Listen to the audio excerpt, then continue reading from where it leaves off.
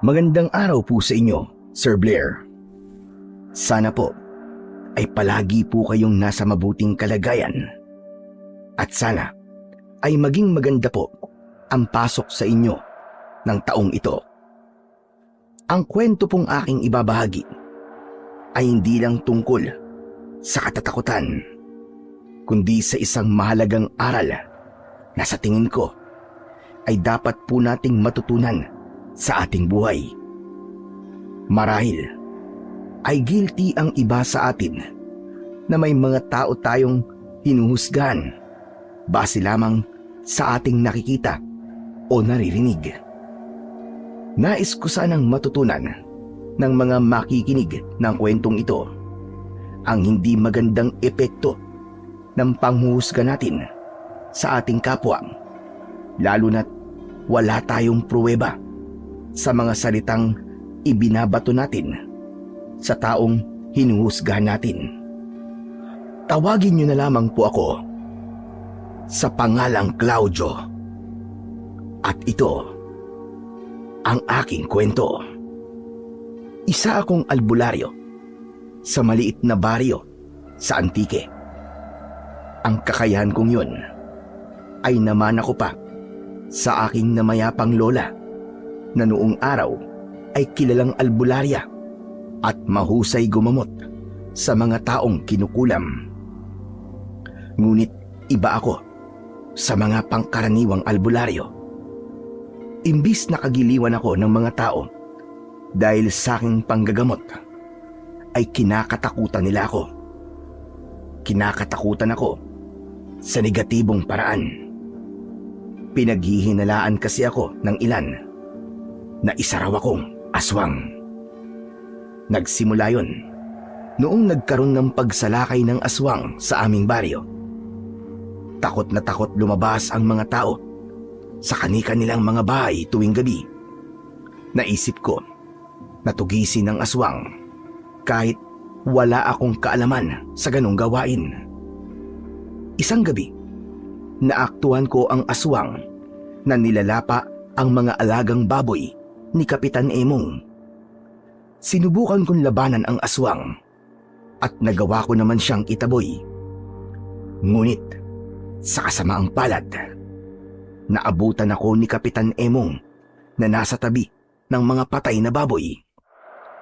Pinaghinalaan niya ako na pumatay sa mga alaga niyang baboy. At simula noon ay umikot na sa aming lugar ang hinala na isa kong aswang. Nung una ay tinatawanan ko lang yon at hindi pinapansin. Inisip ko na darating ang araw na mawawala rin yon sa isip ng mga tao. Pero ilang taon na ang lumipas at bumalik na ang katahimikan sa aming lugar. Pero ang hinala ng mga tao na isa kong aswang ay nanatili. May mga nagpapagamot pa naman sa akin, lalo na yung mga taong walang kakayahan na magpa-ospital. Mura lang kasi akong maningil sa aking ginagawang panggagamot o serbisyo. Gaya na lang ng umagang yon. Habang nag-aalmusal ako, ay napansin ko ang isang dalaga at batang lalaki na pasilip-silip sa nakabukas na pinto ng aking kubo. Nung una, hindi ko sila pinansin, pero hindi na ako nakatiis.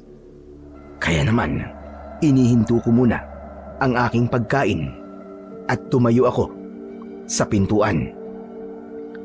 Sino kayo? May kailangan ba kayo sa akin? Ate, parang galit yata si Mang Claudio. Umuwi na lang tayo. Tumahimik ka nga muna dyan, Budoy. Mang Claudio, magandang umaga po. Ako po si Lisa. At ito naman po ang kapatid kong si Budoy. Mang Claudio, itatanong ko lang po sana kung naggagamot na kayo ng ganitong oras. Oh, bakit? Sino ba ang gagamutin ko? Ito pong kapatid ko si Budoy. Namamaga po kasi ang paa niya. Pumasok kayo rito at nang matignan ko ang paa ng kapatid mo. Ate, wag na. Natatakot talaga ako sa kanya eh. Baka mamaya kainin niya pa tayo. Narinig ko ang sinabi mo, bata. Kung iniisip nyo na mayroon akong gagawing masama sa inyo, ay malaya kayong makakaalis. Maghanap na lang kayo ng ibang albularyo. Hindi ko ginagamot ang mga taong may duda sa akin. Hindi ba sabi ko sa'yo tumahimik ka na? Ikaw kasing kulit-kulit mo. Mang Claudio, pasensya na po. Huwag niyo na lamang pong intindihin ang sinabi ni Budoy. Bata pa po kasi siya at kung ano-ano na lang po ang lumalabas sa bunganga niya. Ikaw, Budoy, tumahimik ka na. Huwag ka na maingay. Nagagalit tuloy si Mang Claudio eh. Basta, hindi ko kayo pinipilit na magpagamot sa akin. Yun lang naman ang gusto ko sabihin. Pasensya na po talaga, Mang Claudio. Sige po. Sunod na po kami dyan. Matamis na ngumiti sa akin si Elisa, habang si Budoy naman na kanyang kapatid ay bakas pa rin ang takot sa muka. Hindi nagtagal ay nasa loob na sila ng bahay ko. Panay ang linga nila sa paligid. Pinaupo ko si Budoy. Tinignan ko ang namamaga niyang paa at nang hahawakan ko na ang paa niya ay bigla niya itong iniwas. Napailing ako sa ginawa ng bata. Ate, natatakot talaga ako eh. Dalhin mo na lang ako sa ospital sa bayan. Sige na, ate. Anong ospital ang sinasabi mo, Budoy? Magtigil ka. Wala nga tayong pambili ng bigas mamaya eh. May pa-ospital ka pang nalalaman dyan. Alam niyo, kung natatakot kayo sa akin, ay umalis na lang kayo. Sinasayang niyo lang ang oras ko eh. Alam niyo bang, nag-aalmusal pa lang ako nang dumating kayo rito. Itinigil ko na ang pagkain ko para harapin kayong dalawa. Sorry po talaga. Budoy, sige na. Ipahawak mo na yung paa mo kay Mang Claudio. Bilisan mo, huwag ka na maarte. Sige na nga po. Eto na po, Mang Claudio. Hindi ko na po iiwas. Tinapunan ko ng matalim na tingin si Budoy. Nang ilipat niya sa akin ang namamaga niyang paa, ay maingat ko naman yung hinawakan. Pinulsuhan ko na rin ang kamay niya. At maya-maya pa, napailing ako. Bakit po, Mang Claudio? Alam niyo na po ba ang dahilan kung bakit po nagkakaganyan po ang paa ni Budoy? May nakita akong punso. Meron bang punso na malapit sa bahay niyo? Punso? Opo, meron po. Sa likod po ng bahay namin. Malapit po sa puno ng kamyas. Naglalaro ba ron ang kapatid mo? Minsan po. Bakit po, Mang Claudio? Ano po bang meron sa punso? Sa tingin ko kasi, pinaparusahan ng mga diwending nakatira sa punso na yon ang kapatid mo. Malamang, sinipa niya ang punso, kaya pinamaga ng mga diwende ang paa nitong batang to. Budoy, tama ba ang sinabi ni Mang Claudio? Magsabi ka nga. Oo ate. Nung isang araw kasi pinagsisisipa ko yung punso eh. Bakit mo naman ginawa yun, Budoy? Pambihira ka naman, bata ka. Paano ate? Wala kasi akong magawa eh. Saka akala ko, bahay yun ng mga langgam, kaya sinira ko. Hindi ba ang sabi ko sa'yo? Kung wala kang magawa at naiinip ka, ay magbasa-basa ka ng aklat. Yan, tingnan mo tuloy yung nangyari sa'yo ngayon. Hindi ka talaga marunong makinig sa akin. Ang kulit-kulit mo. Ano ba? Gagamutin ko ba ang kapatid mo o sisermonan mo na lang siya? Ay, sorry po, Mang Claudio. Oo nga po pala. Pero, Mang Claudio, kaya niyo po ba siyang gamutin? Susubukan ko. Kailangan ko siyang tawasin muna. Ano po? Bakit niyo po siya tatawasin? Wala naman pong putok sa kilikili si Budoy. Ibang tawas ang sinasabi ko. Sandali lang at kukunin ko lang ang mga kailangan kong gamitin. Sandali kong iniwanan ang magkapatid para kunin ang mga kailangan ko sa panggagamot. Nang bumalik ako sa kanila, ay agad ko namang sinimulan ang pagtatawas sa makulit na batang si Budoy. Habang ginagawa ko yun, ay ramdam na ramdam ko ang takot niya sa akin. Kahit sanay na ako sa ganung reaksyon ng mga nagpapagamot sa akin, ay hindi ko pa rin maiwasang masaktan. Alam ko kasi na iniisip nila na isa akong aswang. Pero wala silang mapagpilian kundi ang magpagamot sa akin. Nang matapos na ako sa pagtawas kay Budoy, ay itinabi ko na ang mga gamit ko. O ano, Budoy? Kumusta naman ang pakiramdam mo? Medyo okay na po. Bigla pong nawala yung pakiramdam ko na para po akong nilalagnat. Sa mga susunod na araw, ay unti-unti nang mawawala ang pamamaga ng paa mo. Huwag ka na lamang munang masyadong maglakad-lakad at magpahinga ka. Kung lalagnatin ka ulit, magpakulo kayo ng daon ng kalabasa at inumin mo yung pinagpakuluan. At huwag ka na ulit maninira ng punso. Maraming salamat po, Mang Claudio. Ang galing niyo po pala talagang manggamot. Mang Claudio, magkano po pala ang dapat naming bayaran?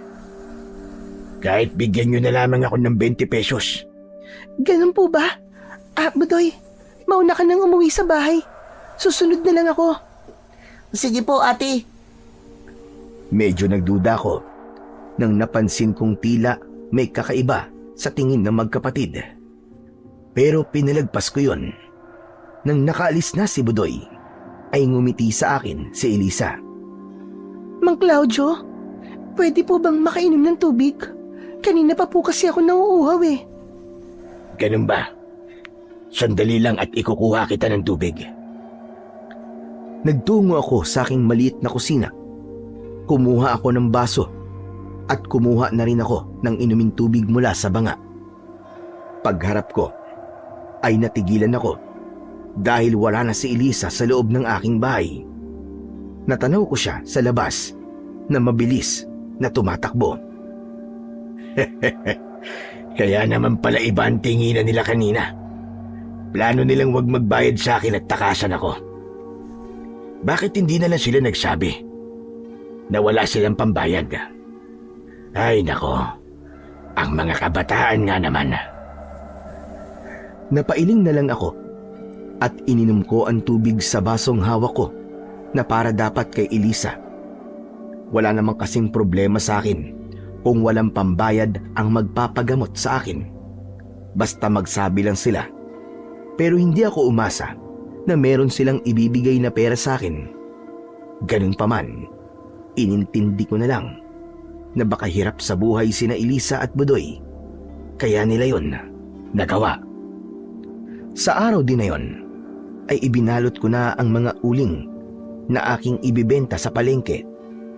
Hindi kasi sapat ang kinikita ko sa panggagamot, lalo na't hindi naman palaging merong nagpapagamot sa akin. Lalo na at marami ang takot sa akin dahil sa hinala nila na isa kong aswang.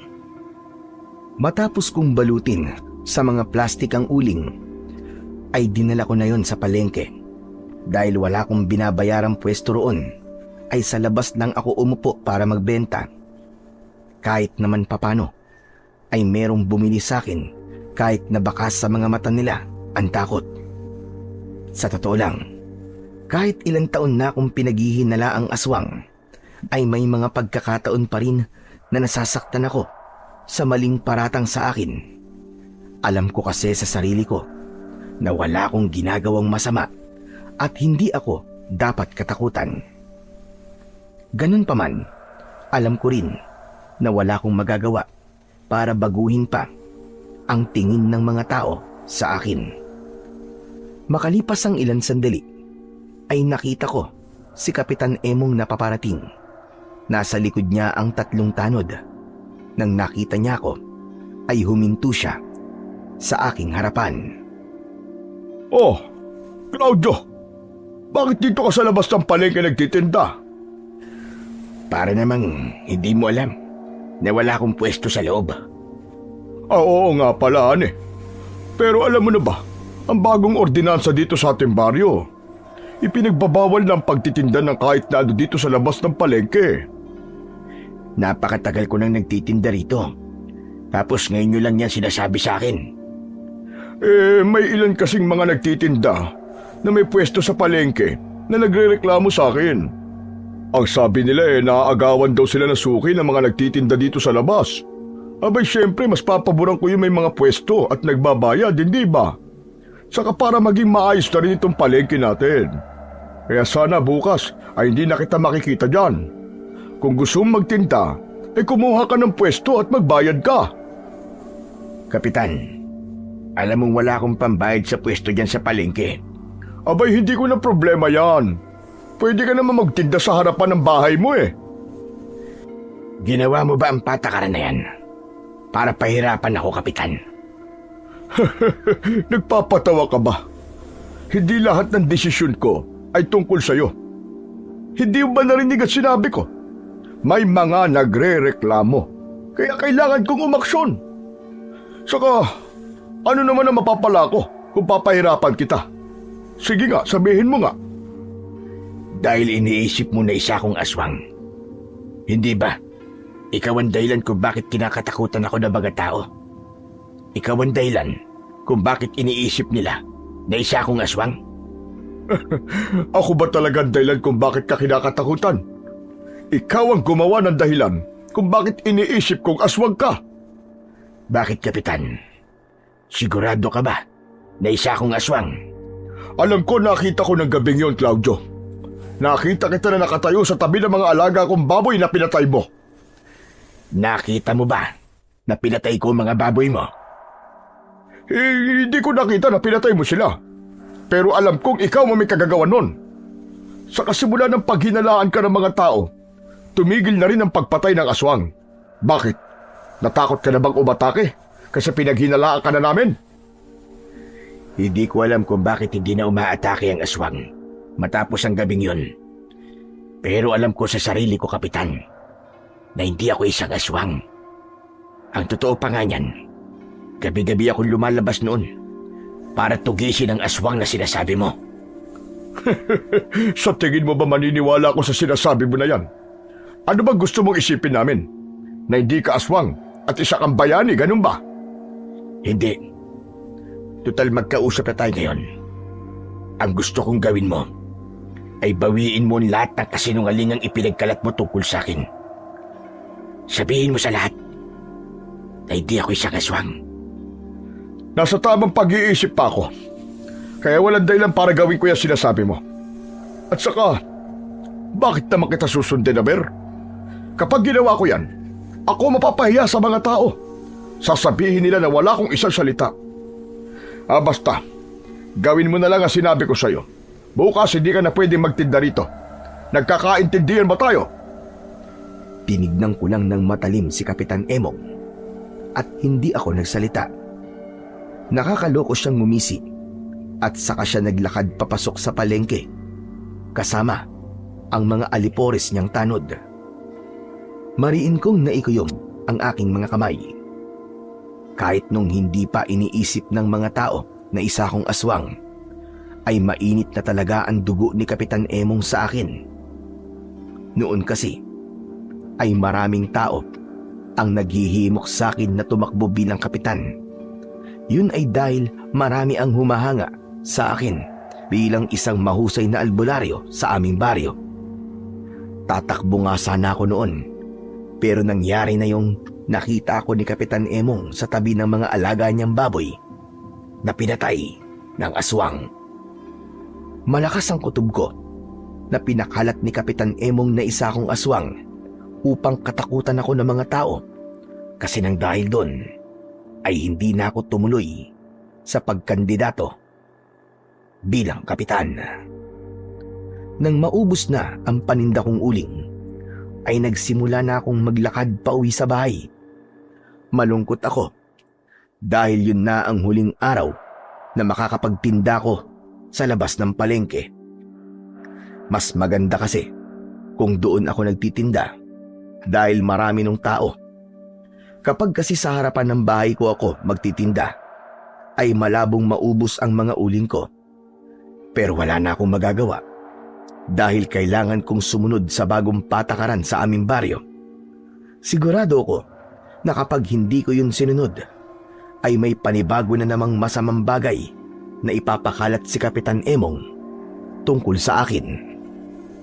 Malapit na ako sa bahay ko nang napahinto ako sa paglalakad. Paano ay nakita ko si Elisa na galing sa aking bahay. Nasa mismong bakuran ko pa siya at nagmamadali siyang naglalakad. Patakbo kong lumapit sa kanya at nagulat siya nang sumulpot ako sa kanyang harapan. Ay! Diyos ko! Nakakagulat ka naman, Mang Claudio. Aatakihin ako sa puso ng dahil po sa inyo. Anong ginagawa mo rito, ha? At bakit nakabukas ang bintana ng bahay ko? Pinagnakawan mo ba ako? Hindi na nga kayo nagbayad kanina, tapos magnanakaw ka pa. Naku, hindi po. Nagkakamali po kayo, Mang Claudio. Hindi ko po kayo ninakawan. Kung hindi, anong ginagawa mo rito? At talagang itinaon mo pa na wala ako, ha? Dadaling ko lang po yung kalabasa. Wala po kasi kayo kaya binuksan ko na lang po yung bintana niyo para doon po ipasok yung kalabasa. Ayoko po kasing iwan dito sa labas kasi baka mamaya po may kumuhang ibang tao eh. Pasensya na po kayo kung tinakasan po namin kayo kanina ni Budoy. Nahiya lang po talaga kaming magsabi na wala po kaming pambayad. Kaya nang may naani po kaming mga kalabasa sa tanim namin, ay naisipan ko pong bigyan po kayo para yun na po ang bayad namin sa inyo.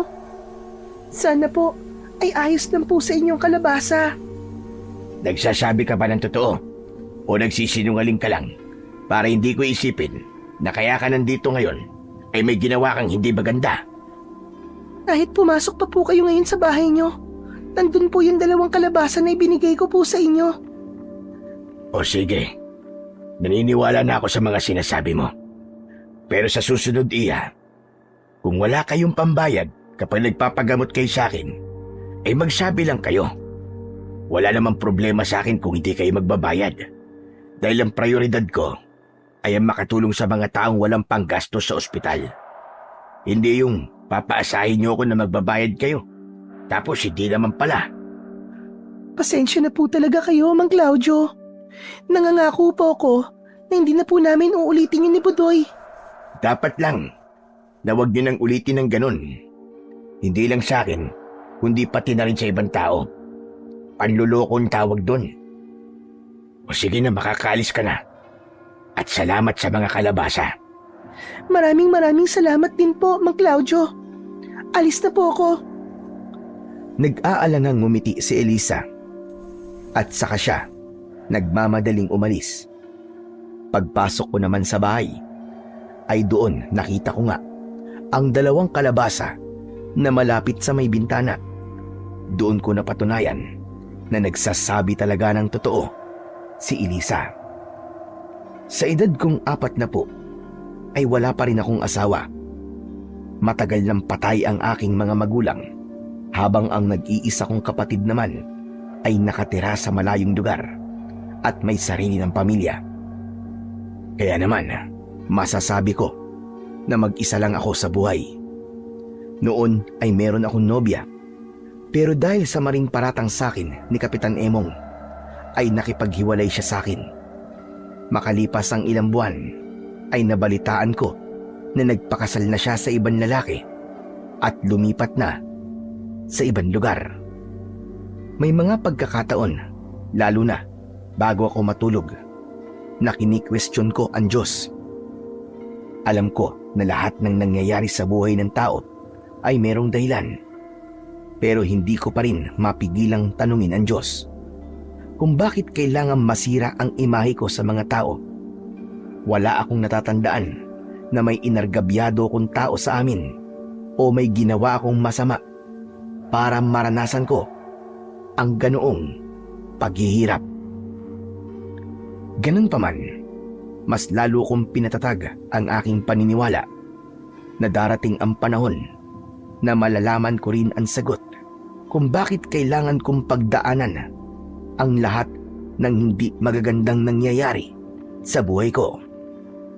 Nang sumunod na araw, pagkagising ko, ay nagtaka ko dahil may mga taong nagkakagulo sa labas.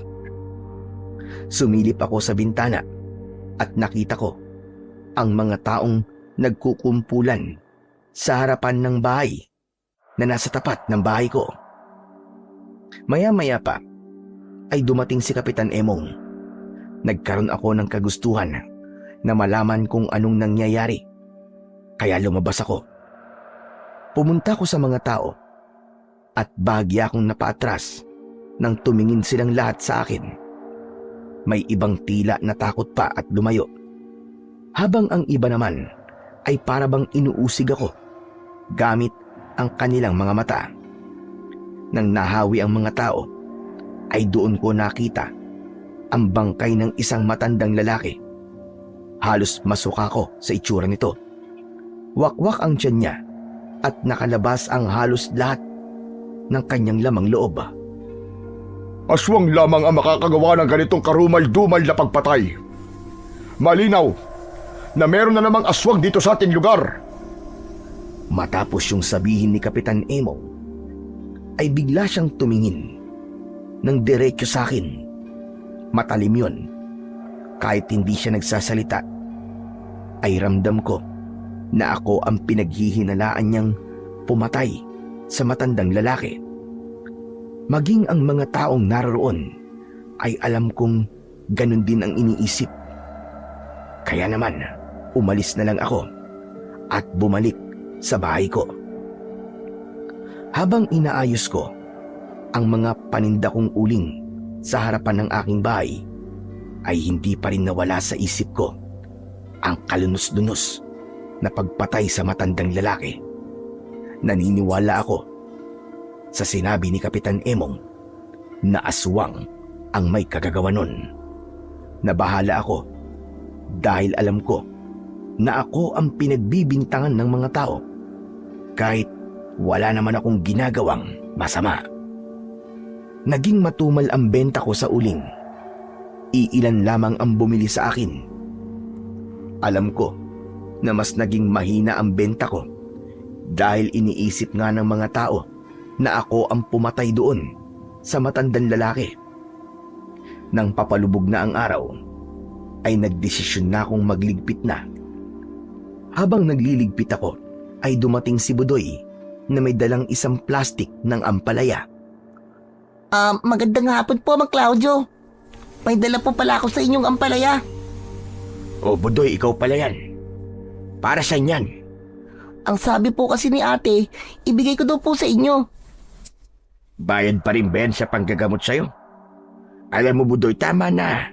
Okay na ako ron sa 2 kalabasang binigay ng ate mo. Tanggapin niyo na lang po to, Mang Claudio. Alam niyo po kasi, may taniman po kami ng gulay ni Ate Elise. Tapos binibenta po namin yon. Sobra lang po ito sa naani namin.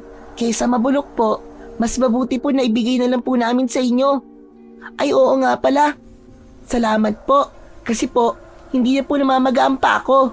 Tignan niyo po oh, nakakapaglakad na po ako na maayos at nakakatakbo na rin. Mabuti naman kung ganon. Basta sa susunod, ay huwag ka nang sisipa ng punso ha. Baka sa susunod ay kung ano na mamaga sa'yo, sige ka. O siya sige, akin na yung ampalaya at taman-tama dahil wala pa akong ulam. Hahaluan ko na lang ng itlog yan. Nako't napakasarap nun. Kinuha ko ang ampalaya kay Budoy. Akala ko ay aalis na siya. Pero nanatili siya sa kanyang kinatatayuan. Bakit hindi ka pa umaalis, Budoy? May kailangan ka pa ba? Alam mo, Iyo, hindi ka dapat nagpapaabot ng dilim sa labas. Hindi mo ba alam na pinatay ng aswang yung matandang lalaki na nakatira dyan sa bahay na nasa tapat? Alam ko na po yun. Meron lang po sana akong itatanong po sa inyo eh. Ano ba yung Budoy? Bilisan mo at marami pa akong gagawin. Totoo po ba? Na kayo po yung aswang na pumatay dun sa matandang lalaki? Ano bang klaseng tanong yan? Malamang hindi. At bakit ko naman gagawin yun? Sige nga. Unang-una, hindi ako aswang. Huwag ka nagpapaniwala sa mga naririnig mong kwento tungkol sa akin. Walang katotohanan yun. Iyon po kasi ang sabi ng mga babaeng nag-uusap dun sa tindahan na nadaanan ko po. Umaatake na naman daw po kayo at natatakot daw po sila sa inyo. Wala akong pakialam kung matakot sila sa akin. Basta, alam ko at ng Diyos na wala akong pinapatay na tao dito dahil hindi ako ang aswang. Sige na, Budoy. Umuwi ka na. Sige po, Mang Claudio. Uwi na po ako. Patakbong lumayo si Budoy sa akin. Ipinagpatuloy ko na ang pagligpit ng aking mga panindang uling. Hindi pa rin nawala ang pagkabahala ko dahil naging mas maingay ang usap-usapan na isa kong aswang. Gusto ko sanang ipagtanggol ang aking sarili. Pero natatakot ako na baka kapag ginawa ko yun, ay isipin ng mga tao na nagsisinungaling ako. Gusto ko ring patunayan sa lahat na mali sila nang iniisip tungkol sa akin. Pero wala akong maisip na paraan kung paano ko yun gagawin. Pagsapit ng gabi, habang nakahiga ako sa aking papag, ay hindi ako makatulog. Hindi ako mapakali dahil may hinala ako na aatake muli ang aswang. At kapag may pinatay na naman siya, paniguradong sa akin na naman yun ibibintang ng mga tao. Hanggang sa nagdesisyon akong bumangon. Inuha ko ang aking itak at gasera. Lumabas ako ng bahay dahil plano kong tugisin ang aswang. Alam kong noon ay sinubukan kong tugisin ang aswang at hindi naging maganda ang kinalabasan. Pero sa pagkakataong yun ay sinabi ko sa sarili ko na kapag nagawa kong patayin ang aswang ay mawawala na ang paghihinala ng mga tao sa akin. Habang naglalakad ako, ay kapansin-pansin ang katahimikan sa paligid. Walang kahit isang tao na nasa labas at alam kong epekto yun ng takot ng mga tao sa aswang. Naisip kong magtungo sa masukal na bahagi ng aming baryo. Papasok na sana ako ron nang may narinig akong yabag ng paa sa aking likuran. Lumingon ako at nasilaw ako nang sumalubong sa mukha ko ang ilaw mula sa isang flashlight.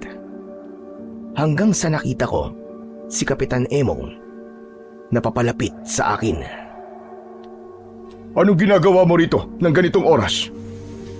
Alam kong iniisip mo. Kung ano man yan, ay nagkakamali ka. Wala pa nga ako sinasabi, pero pinagtatanggol mo na kagad na sarili mo. Mas lalo tuloy akong nagdududa sa'yo. Hindi ko na kailangan marinig sa bibig mo kung anong tumatakbo sa utak mo. Alam mo, Claudio, kung ayaw mo lalo kang paghinalaan na aswang ka, ay tigilan mo ng paglabas-labas mo ng ganitong oras. Sinasabi ko to sa'yo dahil nagmamalasakit ako sa'yo. Huwag kang ang ipokrito, Kapitan Emong. Talaga? Nagmamalasakit ka sa akin? Matapos mong ipagkalat na ako ang aswang, kahit wala ka namang matibay na ebidensya, ay sasabihin mo sa akin ngayon na nagmamalasakit ka sa akin? Huwag mo ko niloloko, Kapitan. Ano ba talaga ginagawa mo rito sa labas, ha? Gusto kong patayin yung aswang. Gusto kong patunayan sa mga tao rito na hindi ako pumatay dun sa matandang lalaki. Nagpapatawa ka ba? Ano bang alam ng isang albularyo na katulad mo sa pagpatay sa aswang? Tama ka. Wala akong alam sa pagtugis at pagpatay sa aswang. Pero kapag ikaw ang nalagay sa sitwasyon ko, sigurado ko, Kapitan, na gagawin mo din ang lahat para lang malinis ang pangalan mo. Alam mo, kung ako sa'yo, itigil mo na ang kaibangang ginagawa mo ngayon. Umuwi ka na lang. Magpasalamat ka. Kasi ako ang nakakita sa'yo rito. Dahil kung ibang nakakita sa'yo ngayon, ay mas lalong titindi ang hinala nila na ikaw nga talaga ang aswang. Kasalanan mo kung bakit ako pinaghihinala ang aswang ng mga tao. Dahil kahinahilala ka naman talaga eh. At baka tama pa nga ako. Baka nga aswang ka talaga. Sana nga ay aswang na lang ako. Para lapain na lang kita dyan sa kinatatayuan mo. Sandali lang. Pinagbabantaan mo ba ako? Tatandaan ko yung sinabi mo, Claudio. Ipapaalam ko sa mga tanod na kung sakaling may masamang mangyari sa akin, ay ikaw ang may kagagawan. Ngumisi si Kapitan Emong bago siya tumalikod at naglakad palayo. Labis ko namang pinagsisihan ang sinabi ko na yon. Nang dahil kasi ron, ay paniguradong mas titindi na naman ang hinala ng mga tao na isa kong aswang. Pero wala na akong magagawa. Nasabi ko na ang hindi ko dapat sabihin. Naisip ko na mas kailangan kong pagtuunan ng pansin ang pagpatay sa aswang dahil yun lamang ang tanging paraan upang malinis ko ang aking pangalan. Madaling araw na nang umuwi ako sa bahay at kahit anino ng aswang ay hindi ko nakita. Kahit halos 3:00 na ng umaga ako nakatulog, ay maaga pa rin akong nagising. Pagkatapos kong mag-almusal, ay naisipan kong gumawa ng iba pang sandata laban sa aswang. Pumutol ako ng mga kawayan sa likod ng aking bahay at isa-isa kong nilagyan ng tulis ang dulo ng mga yon. Habang ginagawa ko yon, ay dumating ang magkapatid na sina Elisa at Budoy. May dalang isang bilao ng talong si Elisa, habang si Budoy ay isang lumang pitaka at mga plastik. Mang Claudio, baka gusto niyo pong bumili ng talong. Mura lang po. Totoo nga pala sinabi nyo, no? Nagtitinda nga talaga kayo ng gulay. Ang totoo po niyan, Mang Claudio. Halos 1 buwan pa lang po namin ginagawa to. Nalulugi na po kasi kami sa pagbibenta ng merienda. Kaya naisipan po namin gulay naman ang ibenta namin. Bakit nyo ba yung ginagawa? Nasaan ba mga magulang ninyo? Patay na po ang nanay namin. Si tatay naman po, sumama na po sa ibang babae tapos hindi na po bumalik. May naramdaman akong awa sa dalawa. Hindi ko kasi akalain na sila na lang pala ang magkasama sa buhay. O sige, bigyan nyo nga ako ng 4 na piraso ng talong. Magkano ba yun? 20 pesos lang po para sa inyo. Ipinatong ni Elisa ang bilao sa sirang lamesa sa tabi ng aking bahay. Naglagay siya ng talong sa plastik at iniabot niya yun sa akin. Humugot naman ako ng 20 pesos sa aking bulsa at ibinayad ko yung kay Elisa. Ipinagpag ni Elisa ang 20 pesos sa mga talong. Kayo po ang buwan naman namin. Kaya sana, swertihin po kami at maubos tong paninda namin. Ay oo nga pala, Mang Claudio. Salamat po pala kasi napagaling niyo po kagad si Budoy. Ang bilis pong nawala ng pamamaga ng paa niya. Walang anuman yun. Ano po palang gagawin niyo dyan sa mga kawayan, Mang Claudio? Gagawa po ba kayo ng bakod? Bakit niyo po nilalagyan ng patulis yung mga yan? Ito ba? Para to sa aswang. Gagamitin ko siyang data. Ibig po sabihin, ay lalabanan niyo po yung aswang? Ganun na nga, Budoy. Yung kasi ang naisip kong paraan para mapatunayan ko sa lahat ng tao dito na hindi ako ang aswang. Napansin ko ang makahulugang tinginan ni na Elisa at Budoy na para bang meron silang gustong sabihin pero hindi nila masabi. Bakit ganyan kayo magtinginan na dalawa? Anong meron? Bakit? Naniniwala ba kayo na isa akong aswang? Ay hindi po. Pero tong si Budoy, naniniwala po siya noon. Pero nung ginamot niyo po siya, hindi na po siya naniniwala. Kaya nga po, sa tingin ko po, wala pong aswang nakasimbait po ninyo, Mang Claudio. Yun nga lang po, hindi pa rin po tumitigil ang mga tao na pag-usapan po kayo, Mang Claudio. Gaya na lamang po kanina, habang papunta po kami rito. Bakit? Ano nangyari habang papunta kayo rito? Narinig po kasi namin yung pinag-uusapan ng mga tao sa harapan ng isang tindahan. Ang sabi po nila, ay pinagbantaan niyo raw po si Kapitan Emong kagabi. Sabi niya raw po kay Kapitan na kung aswang ka, ay papatayin niyo siya. Pambihira. Tinutuo nga niya ang sinabi niya sa akin kagabi. Ibig po sabihin, totoong pinagbantaan niyo po si Kapitan? Oo, ay hindi. Ang ibig ko sabihin, hindi ko siya pinagbantaan. Ang sabi ko lang ay kung aswang ako. Pwede ko na siyang patayin agad-agad kagabi. Pero hindi naman ako aswang, kaya hindi yun mangyayari. Napuno na kasi ako sa kanya, kaya nasabi ko yun. Hanggang ngayon kasi, ay pinagdidiinan pa rin niya na isa talaga akong aswang. Kahit alam naman niya sa kanyang sarili na wala yung katotohanan. Huwag po kayo mag-alala, Mang Claudio. Basta kami po ni ate, hindi po kami naniniwalang aswang po kayo. Maraming salamat sa iyo, Budoy. Napakalaking bagay para sa akin na marinig ang mga salitang yan. Sige po, aalis na po kami ni Budoy. Kailangan pa po kasi naming mapaubos tong paninda namin. O siya, sige, mag-iingat kayo ha. At huwag kayo magpapagabi sa daan. At sana po, magtagumpay po kayo na patayin po yung aswang para malaman po ng mga tao dito sa atin na babait po talaga kayo. Sige po, Mang Claudio, alis na po kami. Hindi ko napigilang mapangiti sa sinabing yun ni Budoy. Kahit wala na sila sa harapan ko, ay hindi pa rin nawala ang aking ngiti.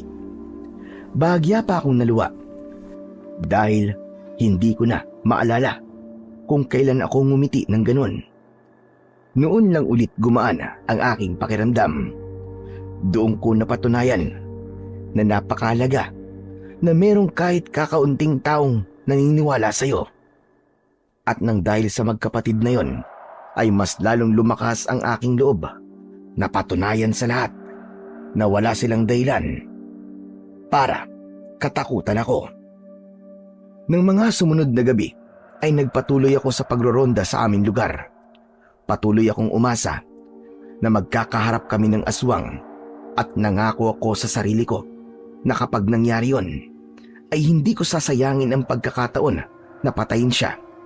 Hanggang isang umaga, may natagpuan na namang patay na tao sa aming baryo. Nasa kasukalan ang bangkay ng isang lalaki na ang edad ay nasa 30. Gaya ng matandang lalaki ay wakwak din ang kanyang tiyan. Mas lalo akong kinabahan sa pagkakataong yon.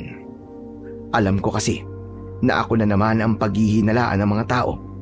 Kahit ilang beses kong sabihin sa sarili ko na wala akong kinalaman, ay hindi ko pa rin mapigilan ang kabahan. Isang umaga, habang abala ko sa pagbabalot ng uling, ay dumating si Kapitan Emong. Seryoso ang kanyang muka. Nagkunwari kung hindi ko siya nakita at patuloy lang ako sa aking ginagawa. Siguro naman ay nabalitaan mo na yung bagong biktima ng aswang. Alam mo bang meron siyang asawa at bagong silang nasanggol? At bakit mo naman sinasabi sa akin yan, Kapitan? Gusto mo ba akong makonsensya sa isang bagay na wala naman akong kinalaman? Wala nga ba, Claudio? Bakit kasi hindi ka nalang umamin na isa kang aswang? Alam mo bang pwede kitang idemanda sa mga maling paratang mo sa akin, ha? Alam mo rin ba na pwede kitang ipakulong sa pagpatay mo ng mga tao dito sa nasasakupan ko? Bakit kung makapagsalita ka, ay parang sigurado ka na isa nga akong aswang? Baka nakakalimutan mo na sa lugar na ito, dito ako lumaki. Hindi ba? Dapat ay alam mo yun. Napakatagal mo na rito, tapos pinagbibintangan mo ko na isa akong aswang? Dito ka nga lumaki, pero hindi talaga kayo taga rito. Wala kaming alam kung bakit kayo umalis sa lugar kung saan kayo dating nakatira ng pamilya mo. Siguro, nalaman nilang aswang kayo, kaya naghanap kayo ng ibang lugar na mapagtataguan. Sana ay pinag-iisipan mo munang lumalabas sa bibig mo, Emong. Alam mo, bakit hindi ka magtrabaho bilang isang manunulat? Napakagaling mo kasing gumawa ng kwento. Saka wala ka nang dapat na ipag-alala. Kasi hindi na ako tatakbo bilang kapitan. Tumigil ka na sa paninira sa akin. Hindi paninira ang ginagawa ko sa'yo. Ito ay parte ng pagprotekta ko sa mga tao bilang ako ang kapitan sa lugar na ito. Kaya kung ako sa'yo, Claudio, kung ikaw nga talaga ang aswang, ay umamin ka na at pagbayaran mo ang lahat ng mga kasalanan mo. Wala akong aaminin dahil hindi totoo ang binibintang niyo sa akin. Hindi ako aswang. Kung ayaw mong umamin, mas makabubuting umalis ka na lang sa lugar na to. Total, hindi ka naman na napapakinabangan dito eh. Dahil iilan na lang ang nagpapagamot sa'yo. Isa pa, maraming ibang albularyo sa ibang lugar. Pwedeng sa kanila magpagamot ang mga tao rito. Yan ang hindi ko gagawin. Dahil kapag umalis ako rito, ay parang inamin ko na rin na tama ang binibintang niyo sa akin. Umalis ka na, Emong. At bago ka umalis, itong isaksak mo sa kokote mo. Mapapatunayan ko rin sa lahat na hindi ako ang aswang. At kapag nangyari yun, gusto kong humingi ka ng tawad sa akin. Hindi yun mangyayari. Magpasalamat ka nga at mabait pa kami sa'yo. At hindi ka namin pwersahang pinapaalis dito. Kaya kung ako sa'yo, Claudio, huwag mo nang hintayin mapuno ang mga tao sa'yo. Dahil kapag nangyari yun, ay kami na ang mismong magtataboy sa'yo paalis. Matapos yung sabihin ni Kapitan Emong, ay tumalikod na siya at naglakad palayo. Napakabilis ng kabog ng dibdib ko dahil sa matinding tensyon sa naging sagutan namin ni Kapitan Emong. Alam ko na walang silbi kahit na anong sabihin ko sa kanya dahil nakatatak na sa utak niya na ako ang aswang. Pero hindi ako titigil hanggang sa malinis ko ang pangalan ko. Nangako ako sa aking sarili na patutunayan ko sa lahat na mali sila ng iniisip nila tungkol sa akin. Makalipas ang ilang araw, ay napansin ko na wala nang bumibili sa akin ng uling. Wala na ring nagpapagamot sa akin. Alam ko na epekto yun ng pagpapakalat ni Kapitan Emong na pinagbantaan ko ang buhay niya. Sigurado ko na dahil doon ay mas lalong natakot ang mga tao sa akin. Para maibenta ko naman ang aking mga uling, ay kinailangan ko pang ilako ang mga yon sa ibang lugar kung saan walang nakakakilala sa akin. Nakakapagod yun dahil kailangan kong maglakad na malayo at tiisin ang matinding sikat ng araw. Pero wala akong magagawa. Kailangan kong gawin yon dahil kung hindi, ay wala akong perang kikitain at magugutom ako.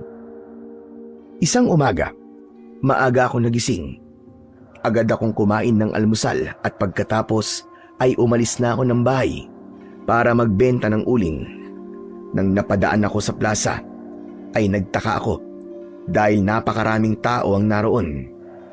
Nakita ko si Kapitan Emong sa unahan.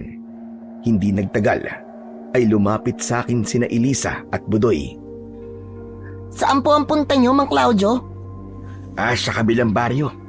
Magbebenta ako ng uling. Ha? Bakit doon po kayo magbibenta? Wala na kasing bumibili sa akin dito sa atin eh. Ano palang meron? Bakit ang daming tao rito sa plaza? Hindi po ba nakarating sa inyo, Mang Claudio? Kahapon po, may mga tanod po na nagbabahay-bahay. Sinabi po nila na kailangan magpunta lahat dito kasi merong importanteng sasabihin si Kapitan Emong. Hindi na nakapagtataka kung bakit di nila ako sinabihan. Malamang, inutos ni Emong na wag akong sabihan na merong pagpupulo ngayon. Tungkol daw saan ang sasabihin niya. Ang pagkakaalam po namin ay tungkol po sa solusyon kung paano po mahuhuli yung aswang. Gusto po naming malaman ni Budoy kung ano yung paraan na sinasabi niya. Kaya po kami nandito. Napaisip ako kung anong paraan ang sasabihin ni Kapitan Emong. Kaya kahit may gagawin pa ako, ay hindi na muna ako umalis doon. Tumayo ako katabi sina Elisa at Budoy habang hinihintay kong magsalita si Kapitan Emong. Hindi nagtagal ay nagsimula ng magsalita si Kapitan Emong. Baka sa mukha niya ang kumpiyansa na para bang ang sasabihin niya ay ang talagang solusyon upang matapos na ang problema namin sa aswang. Hindi ko na kayo babatiin na magandang umaga. Dahil alam kong hindi maganda ang umaga nating lahat. At alam nyo ang dahilan. At yun ay dahil sa aswang na nagbibigay ng takot sa ating lahat. Hindi na biro na 2 tao na ang naging biktima ng aswang na yun. Nagro-ronda naman ako at ang mga tanod gabi-gabi. Pero hindi pa rin yun sapat. Kailangan na nating humingi ng tulong sa isang taong may higit na kaalaman pagdating sa pagpatay sa aswang. Kaya naisipan kong hingi ng tulong ng isang mahusay at kilalang manunugis. Kaya ngayon, ipinapakilala ko sa inyong lahat, si Edwin.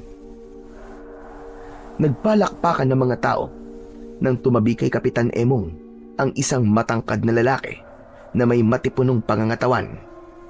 Sa tansya ko ay nasa 30 taong gulang na siya. Matikas ang tindig niya at palaging nakataas ang noo. Nakarating kay Edwin na merong sumasalakay na aswang dito sa ating lugar.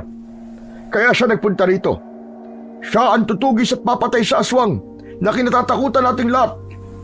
Ngunit gusto kong ipaalala sa inyo na hindi libre ang kanyang serbisyo. Kailangan nating mag-ambagan para meron tayong pambayad kay Edwin. Wala kayong dapat na ipag-alala dahil hindi magiging masakit sa bulsa ang sisingilin ko sa inyo kada pamilya. Simula bukas ng umaga ay magbabahay-bahay ang mga tanod natin para kunin ang inyong kontribusyon sa ibabayad natin kay Edwin.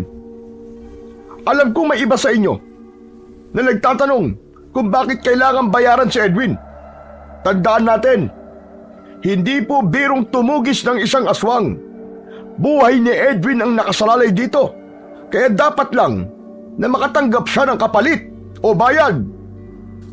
Huwag kayong mag-alala dahil sisiguraduhin ko na may magandang mapupunta ng perang ibabayad niyo sa akin. Bigyan niyo lang ako ng sapat na panahon at mapapatay ko rin ang aswang na sumasalakay dito sa inyong lugar. Muling nagpalakpakan ang mga tao habang ako ay hati ang nararamdaman ng sandaling yon. Alam kong hindi biro ang makipaglaban sa mga aswang, pero hindi ko maintindihan kung bakit mabigat ang pakiramdam ko kay Edwin. Wala akong tiwala sa hilatsya ng kanyang pagmumuka. Maya-maya pa ay nagsimula ng umalis ang mga tao. Ate, mabuti na lang at may manunugis na tutulong sa atin. Kaya nga, Budoy. Pero kailangan naman nating magbayad. Kahit 20 o 10 piso kada pamilya ang sisingilin nila sa atin, masakit pa rin yun sa bulsa sa mga kagaya nating isang kahig at isang tuka. Sa bagay, isang tali na rin ng sitaw yung 10 piso. Ikaw, Mang Claudio, ano pong masasabi niyo sa mga sinabi ni Kapitan Emong? Siguro nga ay mabuting humingi na siya ng tulong sa isang taong may totoong kaalaman sa pagtugis at pakikipaglaban sa aswang. Kaysa umasa tayo sa mga tanod na hindi naman sinanay sa ganong gawain. Baka sila pa ang mapatay ng aswang, imbis na ang aswang ang dapat na mamatay. Napahinto ako sa pagsasalita nang makita ko si Kapitan Emong na papalapit sa akin. Kasama niya ang manunugis na si Edwin. Naisipan kong umalis na dahil ayokong masira ang araw ko dahil sa sasabihin ni Kapitan Emong. Pero binilisan niya ang paglapit kaya hindi muna ako nakaalis. Oh, nandito ka pala, Claudio. Mabuti naman at narinig mo mga sinabi ko kanina. Oo nga pala, ito si Edwin, isang mahusay na manunugis ng aswang. Edwin, siya naman si Claudio. Siya ang albularyo dito sa amin. Hindi mo na siya kailangan pang ipakilala sa akin dahil ipinakilala mo na siya sa lahat kanina. Ano ka ba? Gusto ko lang na makilala mo siya ng personal. Anong masasabi mo sa solusyon na naisip ko? Hindi ba't napakaganda? Tatanungin mo ko, tapos ikaw rin naman pala ang sasagot sa tanong mo. Kung sa tingin mo ay maganda ang ideya mo, edi pagpatuloy mo. Maganda yan. Bakit ba parang labas sa ilong ang lahat at sinasabi mo sa akin? Ayaw mo ba na meron ng manunugis na tutulong sa atin dito? Pwede ba, Emong? Alam ko kung bakit mo ko kinakausap ngayon. Para sa kaalaman mo, wala akong dapat katakutan kung merong manunugis na tutulong sa atin. Mas maganda nga yun eh. Para kapag napatay niya na ang aswang, ay malalaman yung lahat na hindi ako ang aswang dito sa lugar natin. Sandali. Tama ba ang pagkakaintindi ko, Kapitan, sa sinabi ni Claudio? Pinaghihinalaan niyo na isang aswang? Sasagutin ko ang tanong mo sa bahay ko. Hindi maganda na pag-usapan natin si Claudio habang nandyan siya sa harapan natin. Tara na, Edwin. At nagpaluto ko na masarap na almusal sa bahay. Matalim ang mga mata na sinundan ko ng tingin ang papalayong sina Kapitan Emong at Edwin. Mariin kong naikuyom ang aking mga kamao. Kung hindi lang masama na manuntok ng kapitan, ay kanina pa sana dumugo ang nguso ni Kapitan Emong. Talaga palang ang yabang ni Kapitan Emong, no? Akala mo kung sino siyang magsalita. Dapat po, pinatulan niyo na po siya eh. Ano ka ba, Budoy? Napakabata mo pa tapos ganyan ka na akong magsalita. Saka hindi maganda na makipag-away si Mang Claudio kay Kapitan. Tama ang kapatid mo, Budoy. Magsasayang lang ako ng pagod kapag pinatulan ko si Emong. Ate, hindi ko naman sinabing makipagsuntukan si Mang Claudio kay Kapitan eh. Ang ibig ko sabihin ay dapat sinagot niya yung mga sinabi ni Kapitan sa kanya. Wala na rin kwenta kung gagawin ko yan. Dahil ilang beses ko nang sinabi sa kanya na hindi ako ang aswang. Pero ayaw niya maniwala. Pagod na ako magpaliwanag ng magpaliwanag. Ang tanging gusto ko na lang na mangyari ay ang magtagumpay si Edwin na papatay yung aswang na yon. Nang sa ganun, malaman na ng mga tao rito na hindi ako ang dapat nilang katakutan. Nang sandaling yon, ay napagtanto ko ang magandang epekto ng pagdating ni Edwin sa aming baryo. Naisip ko na baka siya na ang hinihintay ko para tuluyan ng malinis ang aking pangalan. Simula noon ay naging matunog na ang pangalan ni Edwin sa aming lugar. Marami ang natuwa sa kanyang pagdating. May mga nabuhayan ng pag-asa dahil sa kanya. Lahat ay iniisip na si Edwin ang magbibigay ng tuldok sa takot na nararanasan naming lahat. Hindi ko na rin kailangang lumabas tuwing gabi para tugisin ang aswang dahil alam kong si Edwin na ang gumagawa nun. Gabi-gabi, bago ako matulog, ay isinasama ko sa aking panalangin ang tagumpay ni Edwin. Isang hapon, pag-uwi ko sa aking bahay, ay nagtaka ko nang naabutan ko si Edwin na nakaupo sa labas ng aking bahay. Pagkakita niya sa akin ay ngumiti siya. Sa kabila ng maaliwalas niyang muka at magandang rason kung bakit siya nasa aming lugar, ay hindi ko maintindihan kung bakit mabigat pa rin ang loob ko sa kanya. Anong ginagawa mo rito? Anong kailangan mo? Gusto lang kitang makausap. Alam ko na yan. Malamang ay sinabi na sa'yo ni Emong na isa akong aswang. At sigurado ako na naniniwala ka naman sa mga sinabi niya. Tama ba ako? Sa totoo lang, hindi ako ang klase ng tao na nanguhusga kagad ng aking kapwa. Kung walang matibay na ebidensya, hindi ako maniniwala na isa kang aswang. Maraming salamat naman kung ganun. Pero ano ba ang dahilan at nandito ka? Gusto ko lang makita ang totoong pinaghihinalaan na aswang sa baryong ito. Ngayon nakita mo na ako. Ano sa tingin mo? Isa ba akong aswang?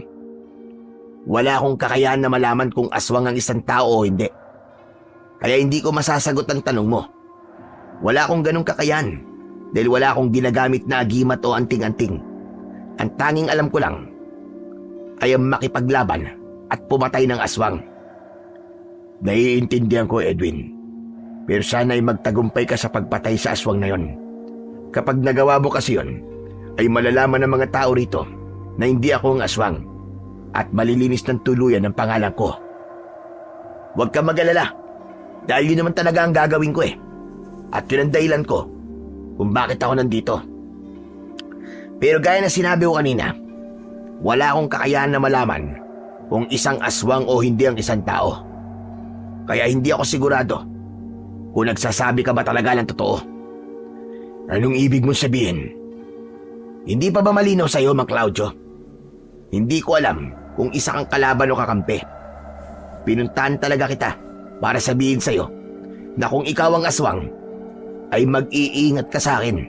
Pero kung hindi naman, wala kang dapat na ikatakot. Hindi ako natatakot sa pagdating mo rito. Ang totoo nga niyan ay masaya pa ako. Na sa wakas, ay meron ng manunugis na tutulong sa amin. At gabi-gabi kong ipinagdadasal na sana ay magtagumpay ka. Maraming salamat. Yun lang naman ang dahilan kung bakit kita pinuntahan dito. Gusto lang kitang bigyan ng paalala.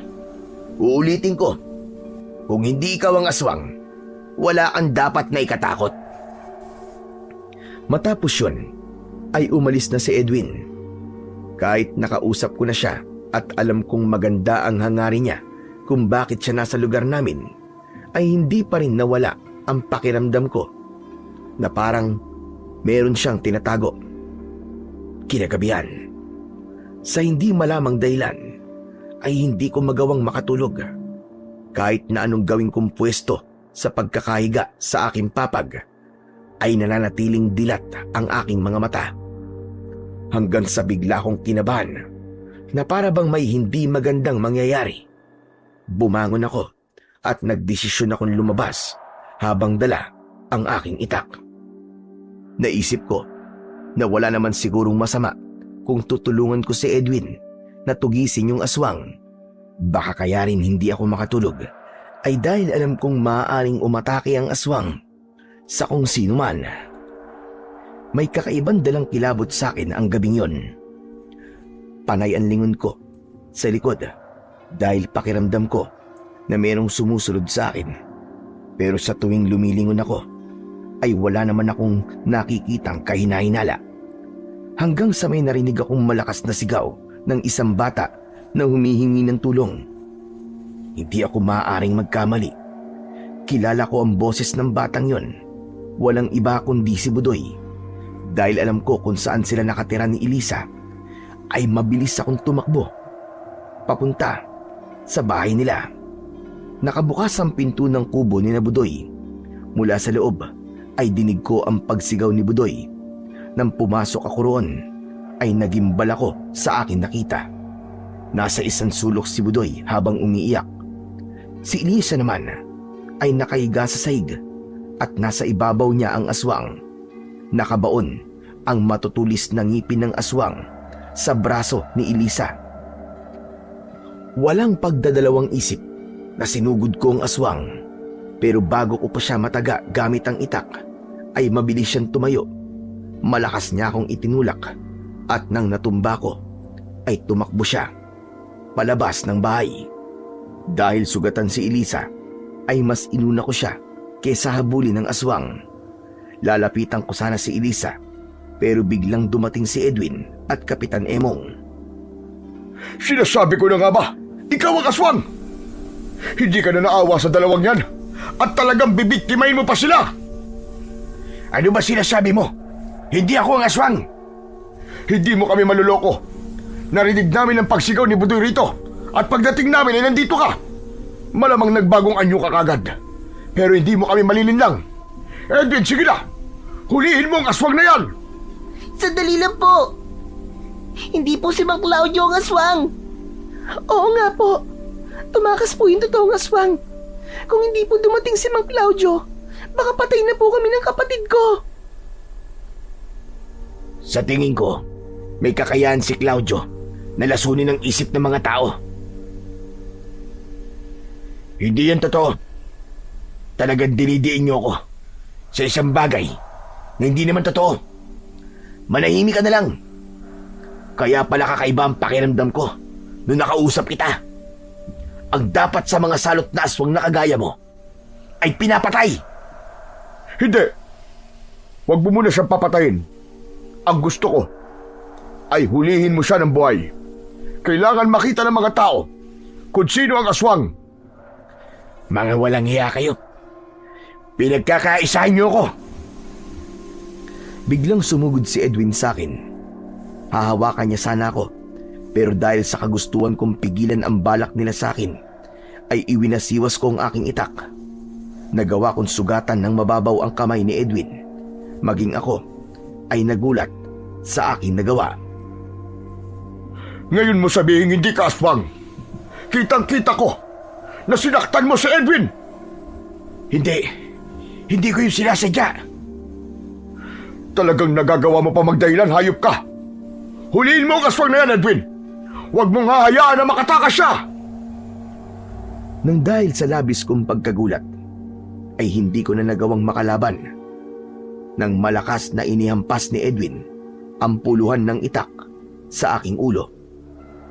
Agad na nagdilim ang aking paningin at nakaramdam ako ng labis na panghihina. Bago tuluyang mawala ang aking malay, ay narinig ko ang pagsigaw ni na Elisa at Budoy na hindi ako ang aswang. Nang nagising ako, ay patayo akong nakatali sa puno sa gilid ng plaza. Nakakasilaw ang sikat ng araw ng umagang yon. Napakaraming tao ang nasa aking harapan. At isa na roon, sina Kapitan Emong at Edwin. Bakas sa mukha ng mga tao ang labis na galit. Nang nakita nilang gising na ako, ay sumigaw ang mga tao at ang gusto nila ay patay na ako. Teka muna, huminahon muna kayo. Alam ko na lahat kayo ay galit na galit. Pero mga kasama, huwag kayo magpadala sa inyong emosyon. Kagabi ay naaktuhan namin ni Edwin si Claudio na inaatake magkapatid na Elisa at Budoy sa bahay nila. Kung hindi kami dumating, malamang ay 2 bangkay ang matatagpuan natin ngayong umaga. Sinungaling ka. Hindi yan totoo. Pakawalan mo ko rito, hayop ka. Nasa sila Elisa at Budoy. Sila makapagpapatunay na hindi ako ang aswang. Huwag kayo maniniwala sa sinasabi ni Claudio. Desperado na siya sa pagkakataong ito. Kaya lahat ng kasinungalingan na gagawin niya para lamang iligtas ang kanyang buhay. Pero dahil meron na tayong matibay na ebidensya na siya nga ang aswang, ay hindi na natin siya dapat panghayaan na makalaya. Alam kong gusto niyo siyang patayin. Pero mga kasama, pag ginawa natin yon, ay tatapusin lang natin ang kanyang paghihirap. Mas maganda, nahayaan natin siya nakatali dyan hanggang sa siya ay mamatay nang dahil sa gutom at uhaw. Yun ang kaparusang nararapat para sa kagaya niyang isang halimaw. Hayop ka, Emong. 2 beses mo na itong ginawa sa akin. 2 beses mo na akong pinagdiinan sa bagay na hindi ko naman talaga ginawa. Talaga bang napakalaki ng galit mo sa akin? Ano bang kasalanan na nagawa ko sa'yo? Sabihin mo, para maintindihan ko kung bakit mo ito ginagawa sa akin. Hindi ka lang sa akin may kasalanan, kundi sa buong baryong ito. At higit ka may kasalanan sa pamilya ng mga taong pinatay mo. At bilang kapitan ng baryong ito, kailangan ko lamang protekta ng aking nasasakupan. Sa madaling salita, trabaho lang, walang personalan. Wala akong pinapatay na tao. At sa sinabi mong yan, malinaw na pinag-iinitan mo ko. Dahil ang totoo, gusto mong pabanguin ang pangalan mo sa lahat ng tao. Sa bagay malapit ng eleksyon, kailangan makita ng mga tao na may ginagawa kang hayop ka para sa kanila. Gaya ng aking sinabi, huwag niyong papakinggan ang lahat na sinasabi ni Claudio. Pero kung meron tayong dapat pasalamatan ay walang iba kundi si Edwin. Naging matagumpay ang pagtugis niya sa aswang. Nang dahil sa kanya, ay mamumuhay na tayo ngayon ng tahimik at payapa. Kaya Edwin, bilang ganti, ay maaari ka manatili pa rito sa aming baryo. Huwag kang mag-alala dahil kami ang bahala sa lahat ng mga kailangan mo. Maraming salamat, Kapitan. Isang karangalan para sa akin na natulungan ko kayong lahat. Umiim ang bagang ko. Mas pinili kong manahimik na lang dahil napagtanto ko na kahit na anong sabihin ko ay hindi nila ako papaniwalaan. Nang sandaling yon ay alam ko na wala na akong ibang kakapitan kundi ang Panginoong Diyos na lamang. Matiim akong nagdasala na sana ay magkaroon ng himala at magawa ko pa ring linisin ang aking pangalan sa lahat ng taong nasa aking harapan. Nang umalis na sina Kapitan Emong at Edwin, ay may ilang tao ang nanatili sa plaza. Pinagbabato ko ng mga tao at wala akong nagawa para protektahan ang aking sarili. Hinayaan ko lang sila dahil alam ko na nabubulag sila ng kanilang galit at takot. Biktima lang sila ng kasinungalingan ni Kapitan Emong. Mula sa hindi kalayuan ay nakita ko sina Elisa at Budoy. Parehas silang umiiyak at bakas sa mukha nila ang labis na awa para sa akin. Maglalakad sana sila palapit sa akin at alam ko na tutulungan nila ako. Maraan akong umiling para iparating sa kanila na wag nila yung gagawin. Sigurado kasi ako na kung tutulungan nila ako ay malaki ang posibilidad na pati sila ay pag-initan ng mga tao. Nakuha naman nila ang ibig kong sabihin, kaya hindi na nila tinuloy ang paglapit sa akin. At para hindi na nila makita ang pananakit ng mga tao sa akin, ay umalis na lang sila sa plaza. Buong maghapon akong nakatali sa puno. Paminsan-minsan ay may mga taong dumarating para tignan ako. Lahat sila ay galit sa akin. Kahit may ilan na nagpunta para makita ko, ay masakit pa rin para sa akin ang nang uusig nilang mga tingin sa akin. Pagsapit ng hapon, habang unti-unting lumulubog ang araw, ay nanghihina na ako ng gusto. Yun ay dahil sa gutom at uhaw.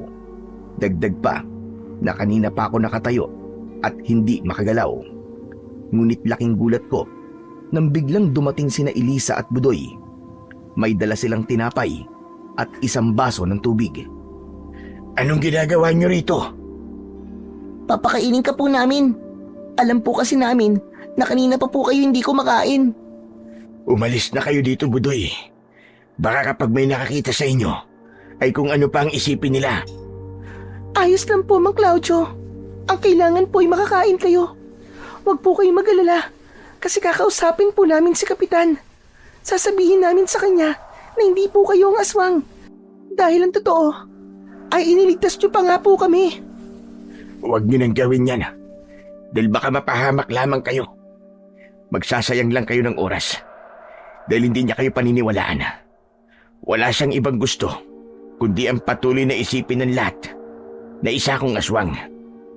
Pero kumain na po muna kayo, Mang Claudio. Hindi po kayo pwedeng mamatay. Tinulungan niyo po kami kagabi, kaya tutulungan din po namin kayo ngayon. Sige, tatanggapin ko ang tulong niyo kasi nagugutom at nauuhaw na talaga ako. Pero bilisan natin at baka mamaya niyan may makakita sa inyo rito. Pinainom na muna ako ni Elisa ng tubig. Matapos yun, ay pinakain nila ako ng tinapay. Kahit paano, alam kong meron pang pag-asa na malalampasan ko ang pinagdadaanan ko na yon. Lalo na't may 2 tao na naniniwala sa akin. Nagulat kami nang biglang dumating si Kapitan Emong. Kinuha niya ang natitirang tinapay at ang baso. Itinapon niya ang mga yon sa malayo. Anong ginagawa niyo, ha? Bakit niyo tinutulungan ng aswang na yan? Hindi po aswang si Mang Claudio. Idiligtas niya po kami. Tama po ang kapatid ko, Kapitan. Hindi po aswang si Mang Claudio. Kaya hindi niyo po dapat tinatrato siya ng ganyan. Yung totoong aswang po hanggang ngayon ay malaya pa rin. At maaaring sa mga susunod na gabi ay makapangbiktima na naman siya. Mukhang totoo nga nilaso na ni Claudio ang utak niyong dalawa. Nagsasabi lang po kami ng totoo, Kapitan. At tutulungan po namin si Mang Claudio na linisin po ang pangalan niya. Sisiguraduhin namin ang kapatid ko na makakalaya siya dyan. Kami ang magsasabi sa mga tao kung ano ang totoong nangyari kagabi. Sa tingin niyo ba ay merong maniniwala sa inyong dalawa? Sino bang paniniwalaan ng mga tao? Kayo o ako?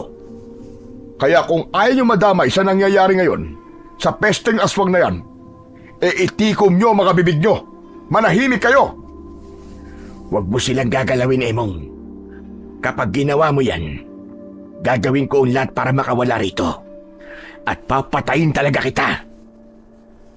Yun ay kung makakawala ka pa dyan. Diyan ka na mamamatay. Yan ang nararapat na parusa para sa'yo, Claudio. Dahil sa mga kasalanan ginawa mo sa baryong to. At kayong dalawa naman, umalis na kayo. At ayoko nang makikitang lumalapit kayo rito. Dahil sa susunod na makita ko kayo rito, itatali ko rin kayong dalawa at hahayaang mamatay. Sige na, Elysium. Umalis na kayo ng kapatid mo. Huwag kayong mag-alala. Dahil may awa ang Diyos. Hindi niya ako pababayaan. Nakita ko ang labis na awa sa mga mata ni Elisa at Budoy. Bago sila umalis, tinignan ako ni Kapitan Emong na parabang isa lang akong napakaliit na bagay. Talagang idinadamay mo pa ang Diyos, ha? Ang kapal din naman talaga ng pagmumukha mo. Dahil siyang nakakaalam ng katotohanan. At naniniwala ko na hindi niya hahayaang manaig ang kasinungalingan. Anong kasinungalingan ba ang tinutukoy mo? Yang sinasabi mo na hindi ka isang aswang? Hindi yun isang kasinungalingan. At alam kong alam mo na nagsasabi ako ng totoo. Bakit mo ba ito ginagawa sa akin, ha? Ano bang naging kasalanan ko sa'yo? Siguro nga, ay dapat ko na rin sabihin sa'yo ang totoo. Tutal, mamamatay ka rin naman eh. Sa kahit sabihin mo sa iba itong sasabihin ko sa'yo, ay walang maniniwala sa'yo. Tama ang sinabi mo, na ginagawa ko to para makita ng mga tao na meron akong ginagawang makabuluhan sa ating baryo. Alam mo na, malapit na ang eleksyon at wala akong ideya sa kung sino ang makakalaban ko. Siyempre, maaalala ng mga tao na gumawa ko ng paraan para matapos na ang problema ng lugar na to sa aswang. Kaya sigurado ko na ako ang iboboto nila. Walang hiya kang demonyo ka. Tapos akong ididiin mo para lamang sa hangarin mong muling manalo sa susunod na eleksyon. Ganun na nga. Sa kamalay ko ba, kung aswang ka nga talaga, di ba? Maganda na rin kasing isipin ng mga tao na ligtas na sila. Eh di lumabas din ang totoo. Hindi ka sigurado na ako ang aswang. Alam mo ba, na sa ginagawa mong ito, ay mas lalo mong inilalagay sa panganib ang buhay ng mga tao. Dahil hanggang sa mga oras na to, ay malaya pa rin yung totoong aswang. Tapos magiging kampante ang mga tao dahil alam nila, ligtas na sila. Hindi na sila mag-iingat. Sabagay, sa oras na muling may maging biktima ang aswang, malalaman nila na hindi ako isang aswang. Ano bang palagay mo sa akin? Hindi nag-iisip? Meron na kagad akong solusyon kung sakaling umatake ulit yung totoong aswang. Sasabihin ko sa mga tao na dalawa pala ang aswang at may isa pang hanggang ngayon ay malaya pa rin. Madali lang naman silang mauto eh. Hindi ba? Nung sinabi ko na ikaw ang aswang, ay naniwala kagad sila sa akin. Ang galing ko, di ba? Hayop ka talaga. Ito ang tandaan mo, Emong. Babalik lahat sa'yo ng ginagawa mo kasamaan. At sana, mas doble o triple pa ang hirap na maranasan mo sa oras na sigiling ka na ng karma. Pasensya ka na, pero hindi ako naniniwala sa karma eh. Ang alam ko lang, ginagawa ko ito para maging magandang tingin sa akin ng mga tao. Ang malas mo lang, dahil ikaw ang kailangan kong gamitin para makuha ko ang gusto ko. Isang malakas at nakakalokong halakhak ang pinakawalan ni Kapitan Emong bago siya naglakad palayo. Sinundan ko siya ng matalim na tingin. Nang sandaling yon, alam ko na napakasaya ni Kapitan Emong dahil sa palagay niya ay nagtagumpay na siya sa mga gusto niyang mangyari. Pero hindi ako papayag na mamamatay ako na kasama ko ang katotohanan. Sa kabila ng aking sitwasyon ay hindi pa rin ako nawawalan ng pag-asa na sa huli ay mangingibabaw pa rin ang katotohanan.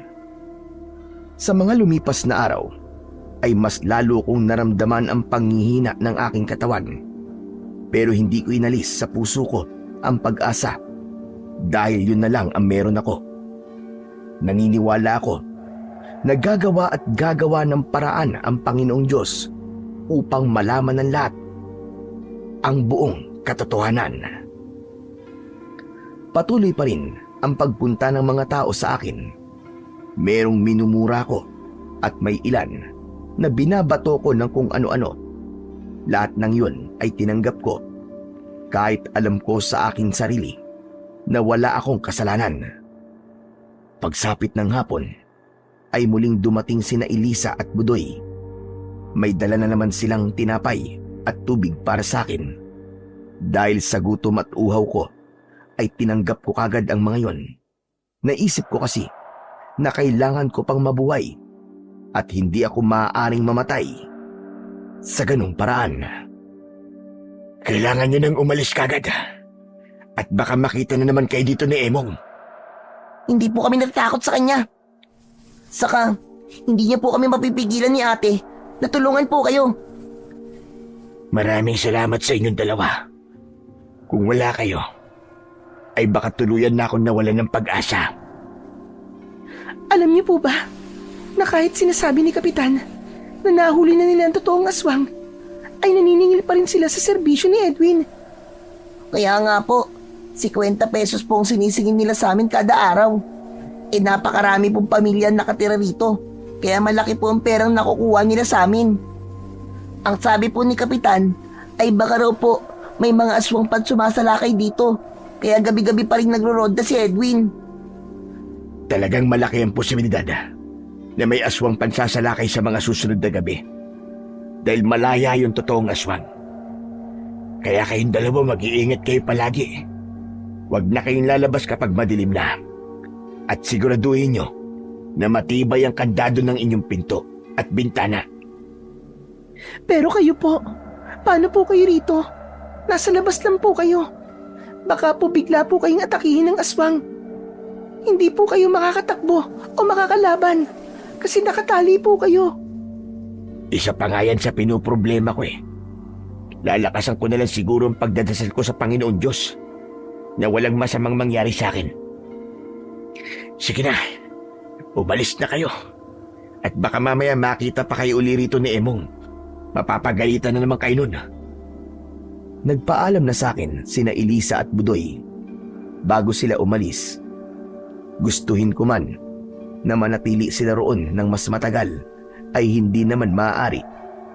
At nang ako na lang mag-isa, ay bigla kong kinabahan dahil sa aswang na maaaring umatake sa akin. Habang nakatali ako, sigurado ko na kapag nangyari yun, ay yun na ang magiging katapusan ko dahil wala akong kakayahan para ipagtanggol ang aking sarili. Pagsapit ng gabi, kahit kaya kong matulog sa kabila ng pagkakatali ko, ay mas pinili ko pa rin huwag matulog. Tinalasan ko ang aking pakiramdam dahil baka biglang dumating yung aswang. Napapitlag ako nang may narinig akong kaluskos sa aking likuran hanggang sa sinundan yun ng mga yabag na papalapit sa aking kinaroroonan. Kinabahan ako. Ang unang pumasok sa isip ko ay baka yun na ang aswang. Pinilit kong tignan kung ano ang nasa likuran ko. Pero dahil sa nakatali ako, ay hindi ako makalingon ng maayos. Laking gulat ko nang mula sa likuran ko ay sumulpot sina Elisa at Budoy. Diyos ko! Akala ko ay aswang na. Kayong dalawa lang pala. Pasensya na po kayo, Mang Claudio, kung sa likod niyo kami dumaan. Baka po kasi may makakita po sa amin kung doon kami dadaan sa may unahan ng plaza. Ano bang ginagawa nyo rito ng ganitong oras? Hindi ba sabi ko sa inyo, huwag na kayong lalabas kapag madilim na? Mang Claudio, nag-aalala po kasi kami sa inyo. Hindi po malabong mamatay kayo kapag inatake po kayo rito ng aswang. Kaya naisip po namin ni Budoy na patakasin na lang po kayo. Ano ba naman kayo? Hindi nyo ba alam kung gaano kadelikado yung gagawin nyo. Alam po namin, pero wag po kayo mag-alala kasi maingat po kami. Saka, kung hindi ka po makakawala rito, mamamatay ka po. Gusto niyo po ba yon? Sige na. Kung patatakasin nyo ako, bilisan nyo na. At baka meron pa makahuli sa atin. Mabilis na kumilos si Elisa. Kinuha niya mula kay Budoy ang itak. Yun ang ginamit ni Elisa para putulin ang lubid na nakatali sa aking katawan. Nang nakawala na ako, ay para akong ibong matagal nang nakakulong sa isang hawla na biglang pinalaya. Maraming salamat sa inyong dalawang magkapatid. Tatanawin kong malaking utang na loob itong pagtulong niyo sa akin. Binabalik lang po namin sa inyo ang pagliligtas niyo po sa buhay namin, Mang Claudio. Pero Mang Claudio, ano na po ang plano niyo ngayon? Ano na pong gagawin niyo? Sa totoo lang ay hindi ko pa alam. Pero isa lang ang sigurado ko. Hindi ako maaaring umalis dito sa baryo natin. Magtatago lang muna ako sa gubat. Pero kailangan ko ring malaman kung ano ba talaga ang plano ni Emong. Kailangan ko nang umalis. Kayo naman, umuwi na kayo sa bahay niyo. Maraming salamat. Sige po, uuwi na po talaga kami. Talagang pinakawalan ka lang po namin. Pwede bang akin na muna ang itak niyo? Para kung sakaling atakihin ako ng aswang, ay meron akong magagamit na sandata. Sige po, ang totoo po niyan, ito po yung itak na dala nyo nung iniligtas niyo po kami. Kaya sa inyo po talaga ito eh. Kung sakali po na may bagong balita po dito sa baryo natin, ay pupuntahan na lang po namin kayo sa gubat. Mag-iingat po kayo, Mang Claudio. Nang iabot na sa akin ni Elisa ang itak, ay agad na akong umalis. Nagmamadali akong tinahak ang daan papunta sa gubat. Kahit nagmamadali ako, ay sinikap ko pa rin maging tahimik ang aking paggalaw. Butlangit naman ang pasasalamat ko sa magkapatid na sina Elisa at Budoy, at nangako ko sa akin sarili na hindi ko sasayangin ang pagtulong nila sa akin. Sa pagkakataon na yon, sisiguraduhin ko na magtatagumpay na akong linisin ang aking pangalan. Sa gubat ako, nagpalipas ng gabi. Madaling araw na nang nakatulog ako. Nang nagising ako, ay maliwanag na ang paligid. Pinuntahan ko ang isang malinis na sapa roon at doon ako uminom ng tubig. May nakita akong isang punong namumunga at ang bunga nun ang kinain ko. Pagsapit ng tanghali, ay namahinga ako sa ilalim ng isang mayabog na puno. Makalipas ang ilang oras, ay nakita ko si Elisa na papalapit sa akin. Meron siyang dalang pagkain at tubig para sa akin. Mang Claudio, salamat sa Diyos. Mabuti na lang at nahanap po kayo kagad. Akala ko po'y mahihirapan po akong hanapin kayo. Sa lawak kasi nitong gubat eh. Sinadya ko talagang pumesto sa madali mo ko makikita. Ano na pala nangyayari ngayon sa baryo? Sigurado ko na umiikot ng puwet ni Emong dahil alam niyang nakawala ako. Yun na nga po. Galit na galit po talaga si Kapitan Emong. Sinaktan pa nga po niya yung mga tanod niya kasi sila ang sinisi niya kung bakit po kayo nakatakas. Hindi ba siya naginala na kayo nagpatakas sa akin? Sa pakiramdam ko naman po ay hindi. Pero alam niyo po ba, sa tingin ko po, ay may tinatago po sina Kapitan Emong at yung Edwin na yon. Mangyaring, nakita ko po kasi silang nag-uusap sa may plaza. Tapos nung lalapit po ko, bigla silang tumigil sa pag-uusap. Hindi po ba? Kahina-hinala po yon. Sa tingin ko ay tama ka, Elisa. Kung meron man silang tinatago, ay kailangan kong malaman yon. Hindi nagtagal ay nagpaalam na si Elisa. Hindi kasi siya maaaring magtagal doon at baka may makakita pa sa aming dalawa. Nang mag-isa na ako, ay bumuo ako ng isang plano. Naisip ko na kailangan ko talagang malaman ang lahat-lahat. Malakas ang kutob ko na tama si Elisa na merong hindi sinasabi sa amin sina Kapitan Emong at Edwin. Kinagabihan ay lumabas ako ng gubat dahil alam ng mga tao na nakawala ako at iniisip nila na ako ang aswang ay wala ng mga tao na nasa labas.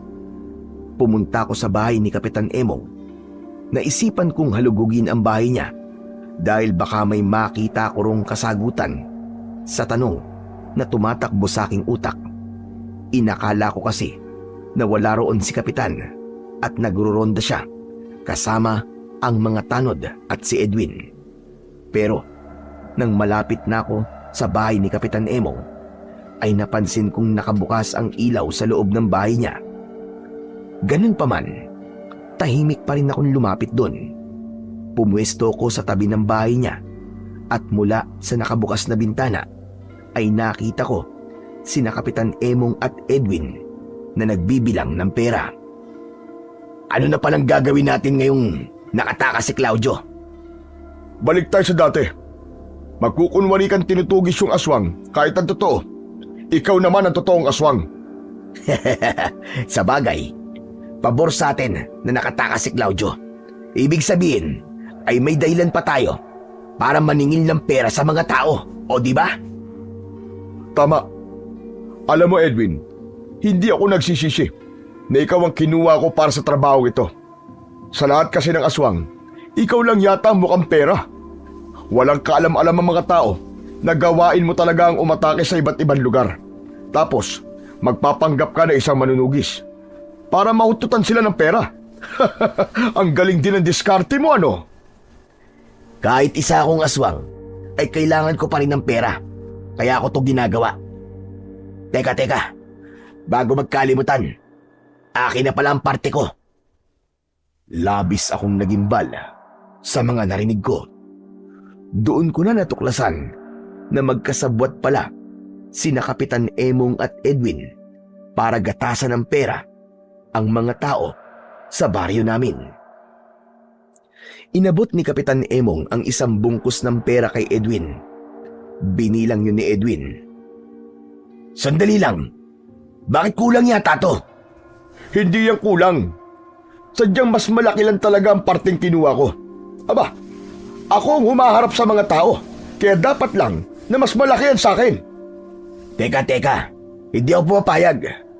Dapat na mas malaki ang parte ko dahil mas mahirap ang ginagawa ko. Nagpapanggap na nga akong manunugis, tapos ako pa ang aswang na umaatake rito. Ipapaalala ko lang sa iyo, Edwin. Kung hindi dahil sa akin, ay hindi ka pagkakatiwalaan ng mga tao rito. Kaya makontento ka na lang sa binibigay ko sa iyo. Kung alam ko lang, naghahamang ka sa pera. Hindi na sana ako pumayag sa gusto mong gawin ko. Hindi mo naman kailangan ng maraming pera eh. Aswang ka lang.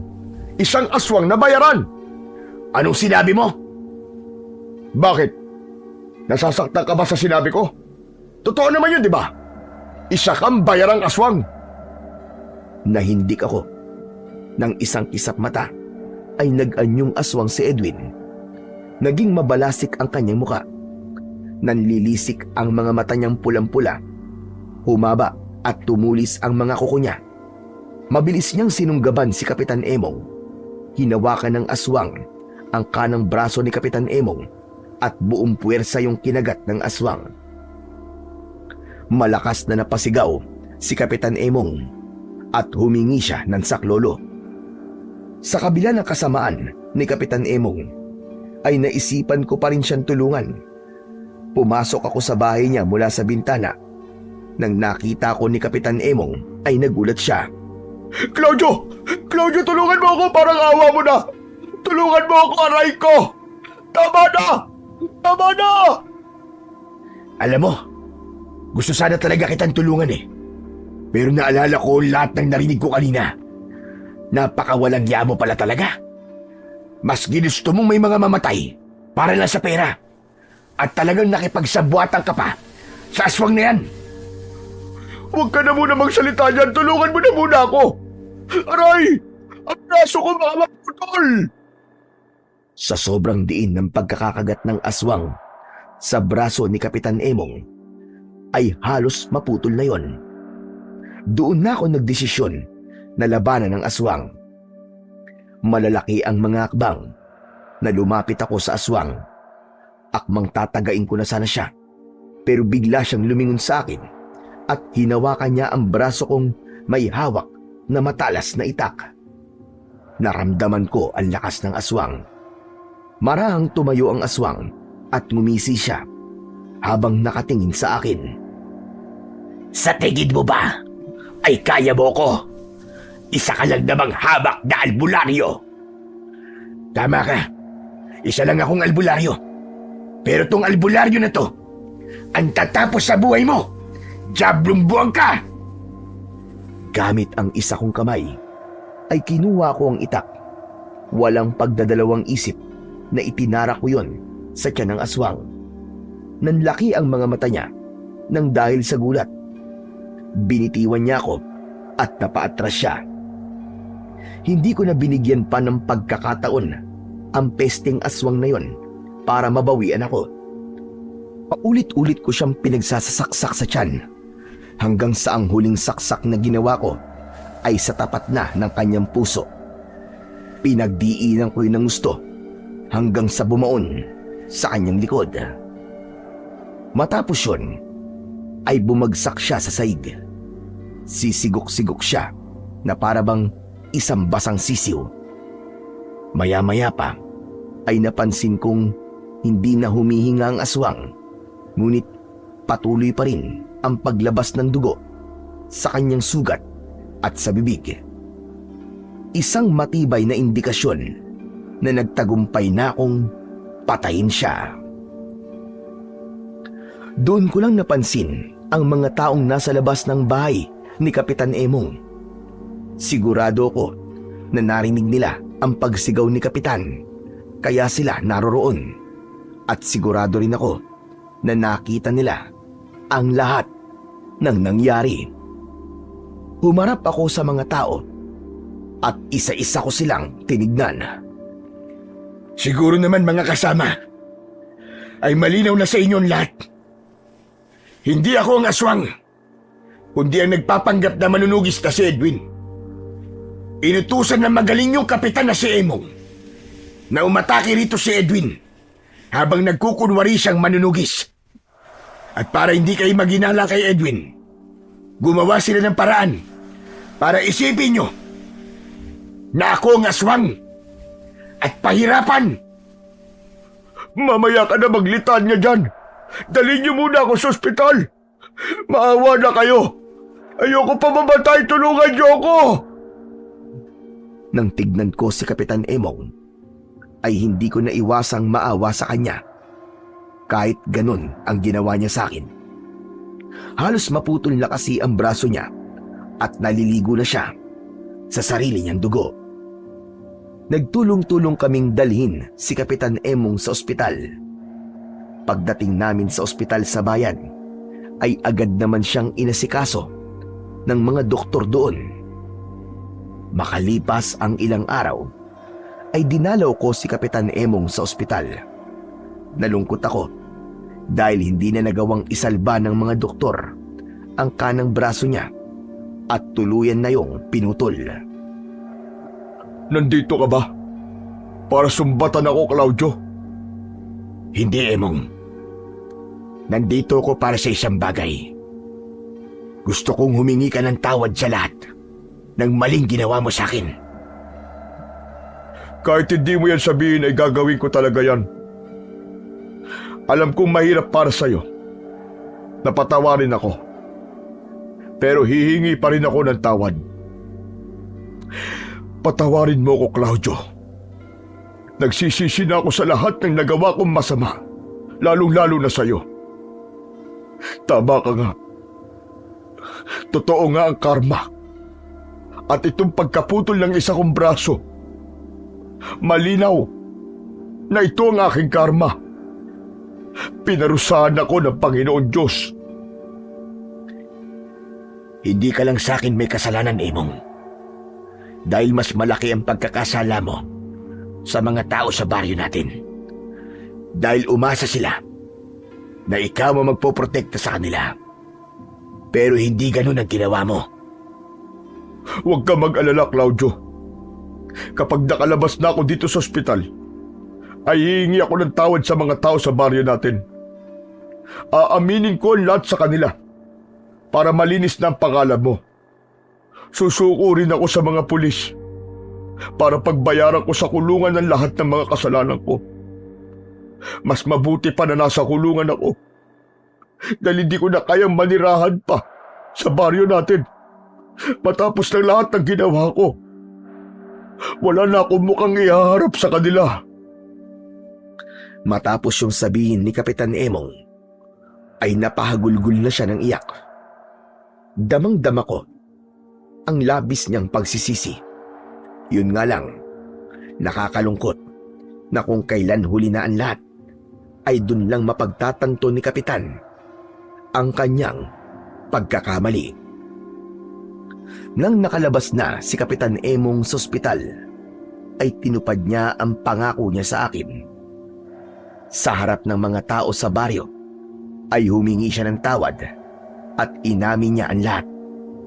Sinabi niyang sinadya niya akong siraan noon dahil sa plano kong tumakbo bilang kapitan. Inamin din niya na siniraan niya akong muli sa pangalawang pagkakataon para naman ipakita sa mga tao na may ginagawa siyang maganda bilang kapitan. Pagkatapos ng lahat ng yun, kusa siyang sumuko sa mga pulis. Unti-unting nawala ang takot ng mga tao sa akin.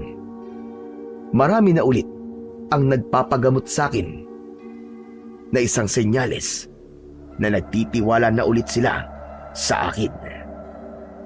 Hindi ko rin nakalimutan sina Elisa at Budoy na nanatili sa tabi ko nung panahon na lahat ay natatakot sa akin.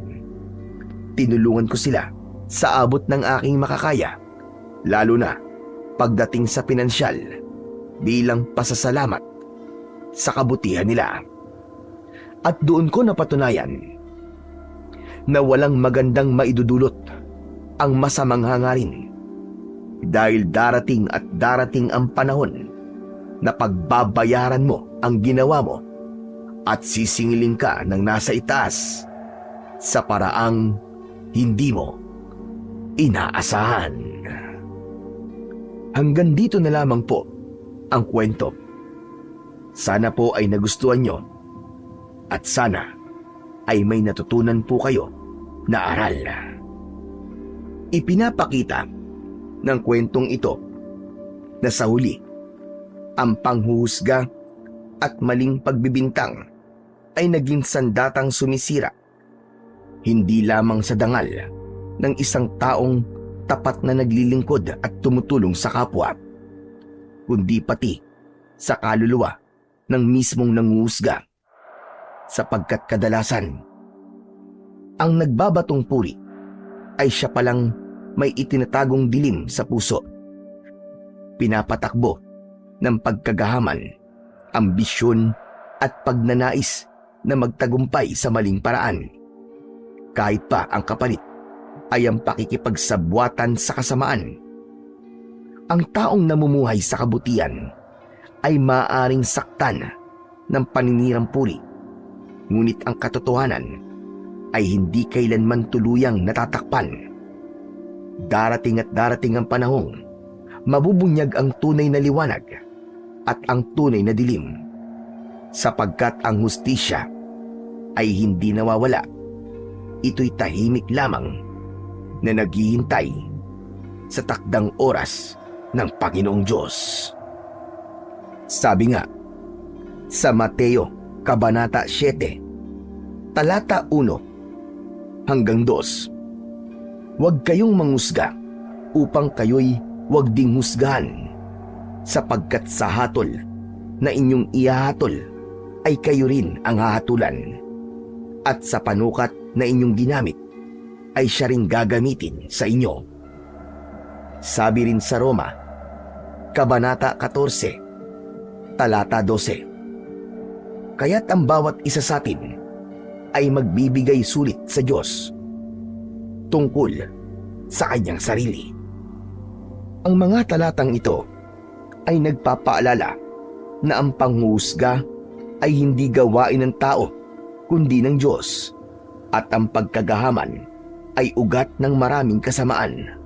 Sa huli, ang tunay na paghahatol ay hindi nagmumula sa bibig ng tao kundi sa kamay ng may lalang na nakakakita ng lahat, lihim man o lantad.